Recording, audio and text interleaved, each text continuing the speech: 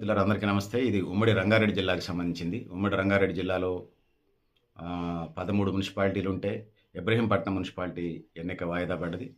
ఇక ఉన్నోట్లలో ఒకటోది చేవెళ్ళ, 2 మైనాబాద్, 3 శంకరపల్లి, 4 షాద్‌నగర్ మున్సిపాలిటీ, 5 వికారాబాద్, 6 తాండూరు, 7 పరిగి, 8 కొండగల్, 9 అలియాబాద్, 10 3 చింతలపల్లి, 11 ఎల్లంపేట, 12 ఆమనగల్.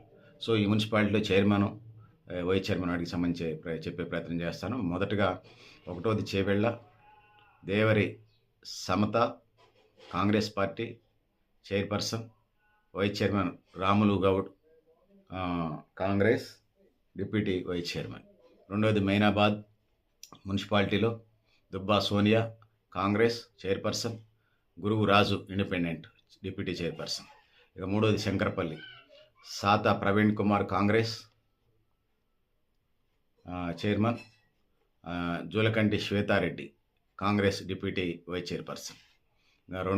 నాలుగవది షాద్‌నగర్ అగ్గునూరి బసవేశ్వర్ కాంగ్రెస్, అందే Mohan Congress chairperson, deputy chairperson 2 Congress షాద్‌నగర్లో.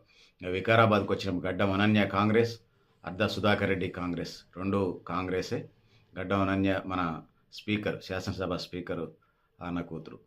So దాని తర్వాత 6 Tandur Neerja Bala Reddy Congress, Abdul Razak Congress chairperson, deputy chairman 2 కూడా కాంగ్రెసే. 7వది పరిగి కుడుముల రజిత కాంగ్రెస్, మూడవది హనుమంతు ఇండిపెండెంట్ ఉన్నారు. సో ఇది పరిస్థితి. సో పెద్దలారా మిత్రులారా.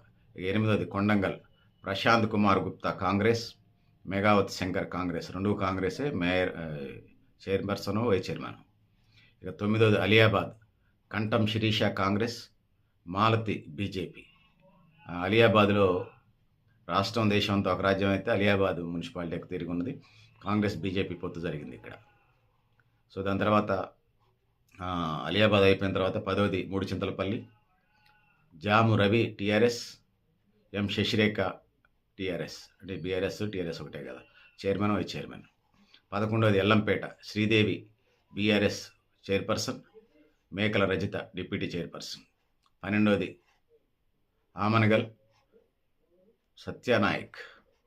Patyanayak TRS, Talloj Geetha TRS. ఇది పరిస్థితి.